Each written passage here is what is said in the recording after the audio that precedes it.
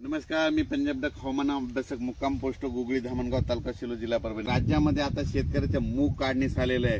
तर मूग ज्यांचा काढणीस आलेला आहे त्या शेतकऱ्यासाठी खास करून आनंदाची बातमी। तुम्ही काय करा, 19 तारखेपर्यंत 19 ऑगस्ट पर्यंत तुम्ही तुमचे मूग काढून घ्या, कारण की राज्यामध्ये 20 ऑगस्ट ते 2 सप्टेंबर दरम्यान राज्यात बंगालच्या खाडीमध्ये 2 लो प्रेशर तयार होणार आहेत आणि त्याचा पाऊस मात्र महाराष्ट्र आणि कर्नाटकमध्ये पडणार आहे। म्हणून हा अंदाज लक्षात घ्यायचा।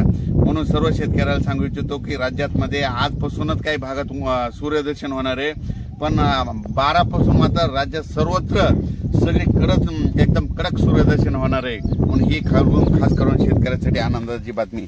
राज्यातील सर्व शेतकऱ्याला सांगू इच्छितो की राज्यामध्ये आज 10 आणि 11 आणखीन 2 दिवस थोडा भाग बदलत थोडे सरी येणार आहेत, म्हणून हा अंदाज लक्षात घ्यायचा। पण राज्यात मात्र 12 तारखेपासून मराठवाडा, पश्चिम महाराष्ट्र या भागामध्ये चांगलं सूर्यदर्शन घडणार आहे, म्हणून हा अंदाज लक्षात घ्यायचा। आता नेमकं 12 तारखेपासून सूर्यदर्शन कोणत्या कोणत्या जिल्ह्यात जास्त होणार आहे हे तुम्हाला सांगतो। की सांगायचं झालं तर चंद्रपूर, यवतमाळ, नांदेड, हिंगोली, वाशिम, परभणी, त्याच्यानंतर लातूर, बीड, जालना, सोलापूर, उस्मानाबाद, सातारा, सांगली, तसेच पश्चिम महाराष्ट्र, त्याच्यानंतर नगर जिल्हा, त्याच्यानंतर नाशिककडे देखील होणार आहे,